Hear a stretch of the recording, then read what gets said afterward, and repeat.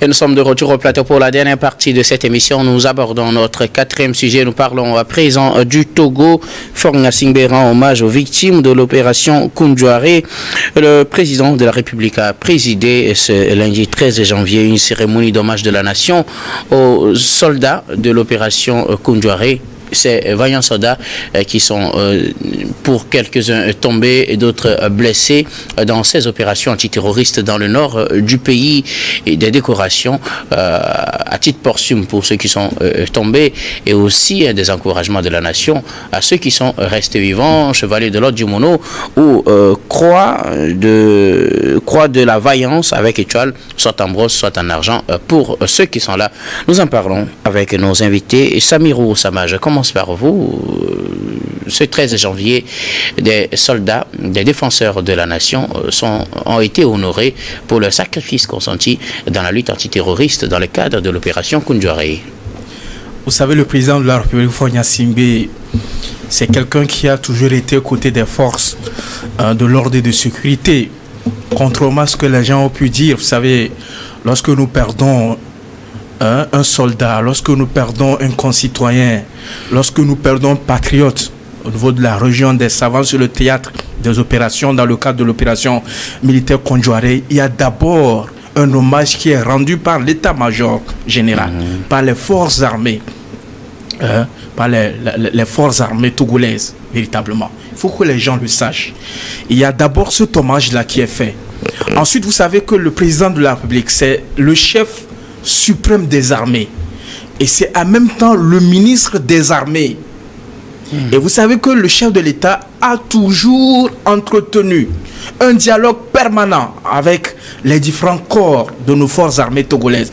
Le chef de l'État a un chef d'état-major spécial au niveau de la présidence de la République. Toutes les questions militaires sont quotidiennement abordées par le président de la République. Vous savez qu'il y a eu énormément de critiques que le président de la République ne met pas à disposition des militaires stationnés ou positionnés au niveau de théâtre des opérations des moyens adéquats véritablement. C'est un faux débat. Le président de la République a toujours démontré cette volonté-là parce que le président de la République, je vais vous donner un extrait pour que vous compreniez. Au cours d'une récente réunion de haut niveau à Abuja, le président de la République a dit ceci, qu'il faut un meilleur financement des actes de lutte, une solide coopération militaire entre les États et une volonté ardente à mettre au terme à ce fléau qui est le terrorisme. Donc, ce n'est que la manifestation de cette vision portée par le président de la République qui s'est manifestée encore une fois le 13 janvier, qui est une date symbolique. Les gens ont crié que c'est une journée consacrée à des choses et tout. Le président de la République a encore surpris, comme cela fait partie de son leitmotiv. Et le 13 janvier, il a présidé personnellement, solennellement, aux côtés des différents corps et en présence des présidents des institutions de la République, des membres du gouvernement, des députés à l'Assemblée nationale, des hauts gradés donc des forces armées togolaises, et également en présence des familles éplorées. À cet hommage de la nation, à cet hommage national aux victimes de l'opération Koundouaré. Une cérémonie solennelle, empreinte donc d'émotion et de tristesse. Ceux qui ont regardé, qui ont suivi le reportage, pouvaient le voir sur le visage du président de la République. C'est un humain. Il ne peut pas être content lorsque les soldats tombent sur le champ de bataille au niveau de l'opération Koundouaré. Il ne dort pas lorsque de telles situations surviennent véritablement. Et donc, il a déposé de gerbes à la mémoire de ces personnes-là. Il y a eu un défilé militaire qui a été également effectué, donc en hommage à ces personnes-là. Comme vous l'avez souligné également, il y a eu des médailles qui ont été accordées à titre posthume, des personnes qui ont perdu leur vie pour que la nation togolaise survive. Aujourd'hui, vous avez des pays qui ont perdu une partie de leur territoire. Mais nous, grâce à la bravoure, grâce à l'engagement des forces armées togolaises, le Togo est toujours vivant. Le Togo est comme il est. Nous avons la maîtrise de la totalité donc, de notre territoire. C'est à mettre à l'actif de nos forces armées togolaises, également à l'actif de la vision portée par le président de la République. Vous savez que l'opération Koundouaré, c'est une opération non seulement militaire qui a été mise en place pour contrer donc les attaques contre le djihadisme au niveau donc de la région des Maritimes, qui fait partie donc d'une panoplie de batteries. En termes de mesures qui ont été prises, donc des mesures économiques, des mesures sociales, des mesures militaires également. Et vous avez vu, avec le succès donc du PULS, qui est ce programme-là, cela a été étendu à d'autres régions véritablement. Et donc, je pense que j'aurai peut-être l'occasion de revenir sur les différents éléments en termes de réponse apportée par notre pays pour contrer donc les forces de l'ennemi véritablement au niveau donc de cette région-là. Je pense qu'il est important de faire cette pédagogie-là. Si vous le permettez, j'aurai également quelques minutes pour véritablement, parce que si l'État nous le permet, Samir, merci beaucoup. Je compte sur vous. Dieu donne sur nous, il ne faut pas compter sur moi, il faut compter sur les autres qui ne vont pas assez parler, j'imagine. Dieu donne sur nous, le chef de l'État a présidé cette cérémonie d'hommage à ces vaillants soldats qui défendent le territoire togolais dans l'opération Kundouaré. Non mais écoutez, c'est de justice. C'est de justice et c'est de temps, c'est de taille. J'aurais peut-être voulu que Samy prenne le temps pour faire sa pédagogie. Vous lui retournez la parole, si vous permettez. Je la lui retournerai. Okay. Alors aujourd'hui, vous savez, ça fait mal de voir nos frères, pourquoi pas nos sœurs aussi, en tenue, tomber sur le terrain du combat devant les ennemis ou alors les amis du mal qui faussent et déciment des vies au quotidien. Et donc, nos défenseurs, en termes de sécurité, se livrent, se sacrifient au quotidien pour protéger l'intégrité du territoire et aussi la sécurité des populations. Et bien, dans les savanes, ceux qui sont à Lomé ne peuvent pas quantifier, alors comprendre la teneur de ce qui se passe. C'est vrai, cela fait partie aussi de nos stratégies de communication, et aussi on ne sème pas trop la panique au sein de la population, mais si vous allez dans les savanes, ce qui se passe, ça vous laisse sans voix. Et donc nos forces de l'ordre donnent leur vie. Chaque fois que vous vous mettez devant cette scène, ça voudrait dire que vous n'avez plus votre vie à vous, vous n'avez plus votre vie à vos parents, à votre petite famille. Vous revenez, gloire à Dieu, vous ne revenez pas, vous aurez combattu pour la nation. Et donc, c'est ce que ces frères-là ont toujours fait et continuent de faire. Et il est de bon ton à ce que le chef de l'État, le chef suprême de l'armée, puisse le leur reconnaître à un jour précis, le 13 janvier. Nous savons ce dont il a été très, consacré de par le passé aujourd'hui. Et si le chef de l'État a décidé d'honorer ces vaillants soldats et ces hommes braves ce jour, c'est de bons choix. Vous voyez certaines personnes, certains soldats qui reviennent dans les roulettes, ou certains même qui ont perdu la vue, sont des stigmates qui sont restés revenant du terrain de combat. C'est de grandes émotions, et malheureusement aujourd'hui ne peuvent plus retrouver toutes leurs facultés à cause de ce qu'ils ont fait le choix de défendre la nation. Il n'y a pas question de fuir, ils l'ont fait. Certains qui sont revenus avec une seule jambe alors qu'ils ne sont pas nés comme ça. Ça fait vraiment de pincement au cœur. Et donc c'est de droit et c'est humain que le chef de l'État décide poser cet acte symbolique. Je le dis, c'est un acte symbolique parce que ça ne ramène pas les humains. Ça ne ramène pas les personnes perdues, mais c'est quand même une reconnaissance qui a tout son sens et qui a toute sa raison d'être. Mais je vais plus loin. Au lieu qu'on initie cette journée, c'est une très bonne initiative de toutes les manières, mais il faut davantage, comme nous le disons, trouver encore plus de stratégies, plus de moyens à mettre à disposition de nos forces de l'ordre. Samy le disait tantôt, mais je m'en vais lui dire qu'il n'y a pas, on ne dirait pas qu'on a déjà trop suffisamment de moyens mis à disposition de nos forces de l'ordre. Nous, notre rôle aujourd'hui, c'est de chercher davantage, plus de moyens pour ces gens-là qui ne dorment pas pendant que nous dormons, afin qu'ils puissent se protéger d'une manière ou d'une autre. Parce que quand nous considérons un peu certaines attaques, certaines interventions des forces noires et qui prennent nos éléments à l'improviste, on se dit, on pouvait faire mieux. on pouvait faire mieux. Alors aujourd'hui, oui, une chose est de respecter cette journée, de respecter la mémoire des braves tombés, mais une autre chose est de penser davantage à comment renforcer et l'armement, comment renforcer l'artillerie au niveau autour de ces hommes-là qui se livrent pour nous, pour qu'enfin nous puissions au moins trouver un peu et vivre notre paix sur le territoire togolais. Et donc c'est une grande journée, en tout cas à mon sens. Germain Pouli, des hommages à ces défenseurs de la nation.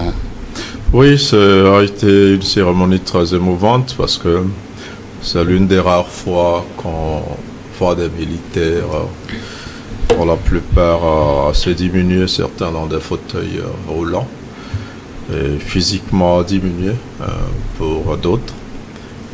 Et certains sont morts totalement, ont été représentés par leur famille. Et c'était beaucoup d'émotion de voir, d'assister à cette cérémonie-là. On a vu les images à la télé, nous n'y étions pas, mais l'émotion était assez grande. On a vu aussi sur les réseaux sociaux, c'était totalement unanime pour dire que quand nous, les civils, on arrive à dormir en paix, c'est que quelque part, il y a nos gardiens qui ne dorment pas. Il y a des gens qui ont choisi ce métier des armes et qui mettent au quotidien leur vie en péril pour que nous, on puisse dormir. Et la preuve a été apportée donc ce 13 janvier-là, avec toutes ces personnes dont on n'imaginait pas la souffrance, dont on n'imaginait pas pour certaines la disparition. Parce que c'est vrai que depuis un temps, le Togo a choisi de ne pas trop communiquer sur les pertes ou les victoires au nord du pays, dans cette lutte assez difficile. Et donc, on a vu un peu, on a eu une idée un peu de la souffrance de ces militaires-là au front. On a une idée un peu de leur bravoure et du sacrifice qu'ils font pour la nation. Et donc, c'était tout à fait juste que la nation, à travers le président de la République et tous ceux qui ont participé à cette cérémonie-là, rende hommage à ces héros de la nation, comme on les appelle. Et un peu plus tôt dans la même journée, il y a eu cet événement dont on n'a pas beaucoup parlé, c'est le grand rapport annuel des FACT, des forces armées, oui. Qui cette année était placé sous le thème ajustement structurel et systématique de nos moyens de défense face aux nouveaux défis sécuritaires, aux nouvelles menaces sécuritaires. C'est-à-dire que il y a eu ce temps de réflexion de la hiérarchie des forces armées pour voir un peu ce qu'il faut en termes d'ajustement. Il y a la loi de la programmation militaire qui est passée par là. L'État fait l'effort, sous la houlette du chef de l'État, de donner plus de moyens à nos forces de défense et de sécurité de faire le boulot. Et à chaque fois, il faut réajuster tout cela.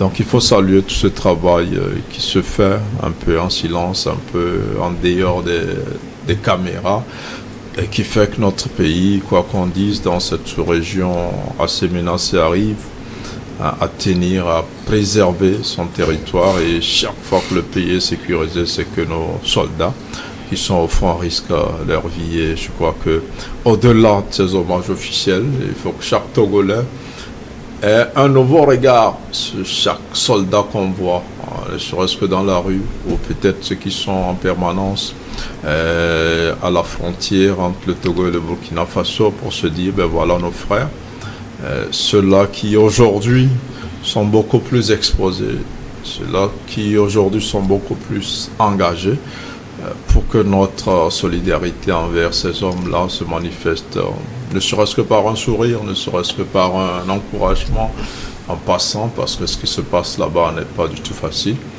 Et on se félicite de ces hommages-là, espérant que chaque Togolais à son niveau puisse témoigner chaque jour que Dieu fait, en tout cas pendant tout le temps que prendra cette lutte-là, que nous manifestons de diverses manières notre soutien, notre compassion à ces hommes-là qui sont au front et qui font un travail remarquable dans l'ombre, dans le silence, avec beaucoup de pertes parfois, avec beaucoup de souffrances, et c'est ce à quoi on a assisté.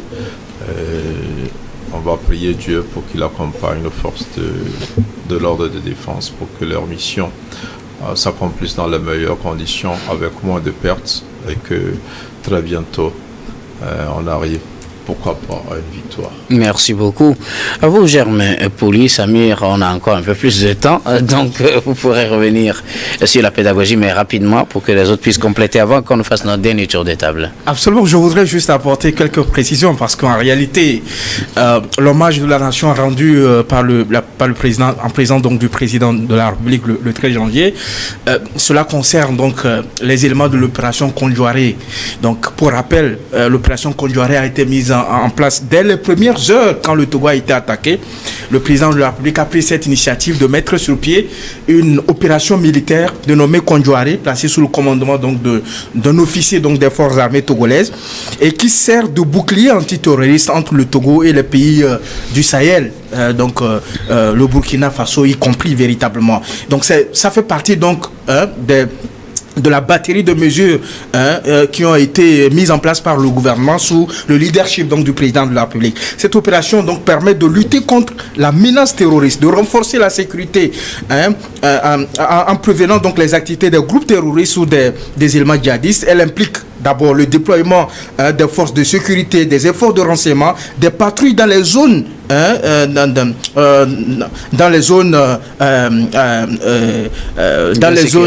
d'insécurité et tout cela. Et vous savez que l'opération militaire Condjoaré est accompagnée par des mesures incitatives pour ceux qui sont mobilisés donc sur le théâtre donc des opérations. Donc c'est vrai, ça ne représente pas peut-être grand-chose pour beaucoup de personnes, mais cela constitue un poids lourd donc pour le budget de l'État, et ça permet donc d'encourager donc les militaires qui s'adonnent véritablement, parce que c'est le patriotisme. Et je pense que tout cela qui a été mis en place, notamment l'opération militaire Condjoaré, témoigne, Monsieur Guillaume, il faut le rappeler, de l'engagement du président de la République, Faure Gnassingbé, à protéger les citoyens et à assurer la stabilité et la sécurité donc dans notre pays, le Togo. Merci beaucoup à vous. Samir, Dieudonné, quelque chose à ajouter?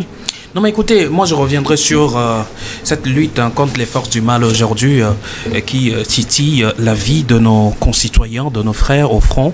C'est vrai, le gouvernement a mis en place des mesures sociales et au niveau de la région de Savane aujourd'hui qui permet d'amorcer un tant soit peu un développement dans ce milieu. Nous avons longtemps crié la précarité de vie qui est ambiante dans ce milieu, et pour dire que si ces ennemis noirs ou alors ces éléments noirs arrivent à enrôler facilement aujourd'hui, à trouver de proies faciles dans ces zones du pays, c'est aussi grâce à cette précarité ambiante qui règne dans ces zones-là. Alors pour aller contre cette facilité de terrain que ces ennemis trouvent, il faut engranger véritablement des points de développement dans ces milieux, et le gouvernement a commencé. Mais nous ne pourrons qu'encourager à faire davantage afin que nos petits frères ou alors nos frères qui sont dans ces milieux, qui sont facilement manipulables par ces forces du mal, que ne puissent pas se laisser faire. Car tous ceux qui se trouvent aujourd'hui au rang de ces djihadistes-là, ce sont des frères de différents pays, et même compris nos frères togolais, éventrés par la misère, et trouvent de refuge auprès de ces criminels-là. Alors, pour mener à bien cette lutte, il faut véritablement que le développement soit donc le soubassement de toutes les communautés, et aussi mettre en place une armée solide, comme déjà cela se fait au front, pour que la bataille puisse mener sur deux fronts et arriver quand même à s'en sortir. C'est une lutte infernale, j'allais dire, une lutte qui n'est pas prête de terminer aujourd'hui, mais une lutte qui est aussi remportable. Nos communautés peuvent remporter cette lutte, notre armée peut remporter cette lutte, pour ne pas dire nos armées peuvent remporter cette lutte, car on est gangréné par cette lutte au côté du Niger, du Burkina Faso, le Bénin, le Togo et dans tous les pays africains. Mais faisons en sorte que ces ennemis-là ne trouvent pas toujours de terrain fertile. Merci. Engageons le développement. Germain, rapidement. Oui, non, rapidement, j'allais quand même demander qu'il y ait plus de compassion, de collaboration de la part des populations. Oui. Vous savez, ils sont au front, ils ont besoin parfois de renseignements, ils ont besoin d'encouragement, ils ont besoin de savoir que ceux pour qui ils laissent leur vie ou ils prennent des coups, comprennent les défis réels et qu'ils collaborent. C'est vrai, il faut lutter contre la pauvreté dans la zone, il faut faire de la sensibilisation. L'État a mis plusieurs mécanismes en place, mais il faut que les Togolais soient soudés derrière nos forces de défense et de sécurité pour ce combat-là. C'est un combat que seuls les militaires ne peuvent pas remporter. Ils ont besoin de notre soutien multiforme, ils ont besoin de notre collaboration, et j'invite tous les Togolais que nous sommes, à quelque niveau que nous sommes, que chacun puisse apporter cette collaboration-là, cette contribution-là, même si elle n'est que morale. Elle peut être matérielle, elle peut être informationnelle, tout ce qu'on veut. Et on salue au passage toutes ces bonnes volontés qui, pendant la fête, et je parle de cette association des femmes des grands marchés, qui ont pensé à ces militaires-là et qui sont allés leur donner des vivres. Un peu sur le front là-bas, je crois que c'est un acte de générosité que nous autres Togolais devrions aussi apprendre à manifester à nos forces de défense et de sécurité. Merci beaucoup à vous tous pour vos contributions. Nous allons faire notre dernier tour de table. Ce sera pour vos mots de fin sur un sujet de votre choix. Je recommence par vous, Samir Ourossama. Merci beaucoup, Guillaume. Au Togo, une jeune fille de 13 ans, originaire d'un village près de Noche, a été mariée de force à un homme qui avait déjà 2 femmes. Nous ne pouvons plus supporter la violence physique, sexuelle, émotionnelle dont elle était victime, a tenté de se suicider. Elle n'a malheureusement pas survécu à son hospitalisation. Elle a rendu l'âme le 8 janvier dernier, malgré la mobilisation des autorités togolaises, malgré la mobilisation du corps médical, malgré la mobilisation des acteurs de la société civile. À l'instar de cette jeune fille, Guillaume, ils sont nombreux ces enfants, notamment les femmes et les filles, à subir chaque jour ces différentes formes de violence, mariage d'enfants, viol, harcèlement sexuel, attouchement sexuel, ces pratiques traditionnelles et religieuses néfastes donc qui détruisent l'avenir de ces enfants. Malgré la mise en place d'un cadre juridique et les mécanismes par les autorités togolaises, nous devons, nous les populations, briser le silence. Nous devons dénoncer ces pratiques-là au sein de nos sociétés. Nous devons rappeler donc aux populations sur leurs responsabilités, notamment les parents. Les enfants ne sont pas votre propriété exclusive. Les enfants appartiennent aussi à l'État. Lorsque vous allez faillir à votre responsabilité, vous allez répondre devant la loi. Et les enfants doivent pouvoir compter sur leurs parents pour s'épanouir. Et je pense que nous devons prendre conscience de tout ce que nous avons vu au cours de l'année dernière, viol, proxénétisme, mariage d'enfants et tout ça. Cela ne permet pas de bâtir notre pays, de former la relève de demain. Et c'est en dénonçant ces pratiques-là que la justice pourra jouer véritablement son rôle. Merci beaucoup à vous, Samir Ourossama. Vous êtes juriste et président de l'ICJVE, l'initiative citoyenne des jeunes, la voix des enfants. Merci d'être passé sur ce plateau. C'est toujours un plaisir pour moi. Dieu donne nous vos mots de fin. Oui, mais moi je voulais féliciter déjà beaucoup de réformes qui se font dans le milieu des services publics, les digitalisations et autres. Même si à des niveaux on rencontre d'énormes difficultés, je veux parler de la récente modernisation au niveau des services de nationalité. Je pense qu'il y a lieu d'aider beaucoup plus l'arsenal à mettre en place pour que cela puisse marcher comme cela se doit, car il y a plein de choses qui sont à relever à ce niveau. Au-delà de cela, je voudrais rappeler aussi à nos agents de services publics, certains agents, je veux dire, de services publics, que des citoyens qui viennent à vous pour d'éventuelles informations ou alors pour quelques services que ce soit, ne sont pas des mendiants, ou alors vous ne leur faites pas une faveur. Je le dis, vous ne leur faites pas une faveur car c'est eux qui vous payent. Ce sont des contribuables, c'est sur les contribuables que vous êtes payés. Et donc, prenez quand même le temps de les traiter comme des humains et comme des ayants droit. C'est leur droit de venir solliciter vos services si vous êtes un agent de l'État. Ce n'est pas vous qui les dominez. Ils sont vos employeurs. En tout cas, nous sommes tous nos employeurs. Et donc, il faut faire extrêmement attention. Je relève souvent un certain nombre de choses. Quand je vais dans certains bureaux, je vois, pas moi, je vois certains citoyens qui arrivent et on a comme l'impression qu'il vient demander une faveur. Il n'est pas là pour une faveur. Il est là juste pour jouir de son droit légalien. Merci beaucoup à vous, Dieudonné Sewonou. Vous êtes journaliste, directeur général d'Elior Service. Merci beaucoup d'être passé sur ce plateau. C'est moi qui vous remercie, docteur. Germain Pouli, vos mots de fin. Je vais peut-être aller dans la même lancée que Dieu donnait tout à l'heure, mais cette fois-ci pour rendre hommage à tous les agents dans les hôpitaux, dans les centres de santé, qui font leur travail avec beaucoup de conscience. C'est vrai qu'ils ne sont pas très nombreux, mais il y en a qui accueillent bien, il y en a qui ont de la compassion, il y en a qui sont effectivement au chevet des malades, il y en a qui sont rassurants parce qu'ils savent qu'ils doivent soulager les malades et ils le font. Donc je les encourage à continuer et espérer qu'avec l'assurance maladie universelle qui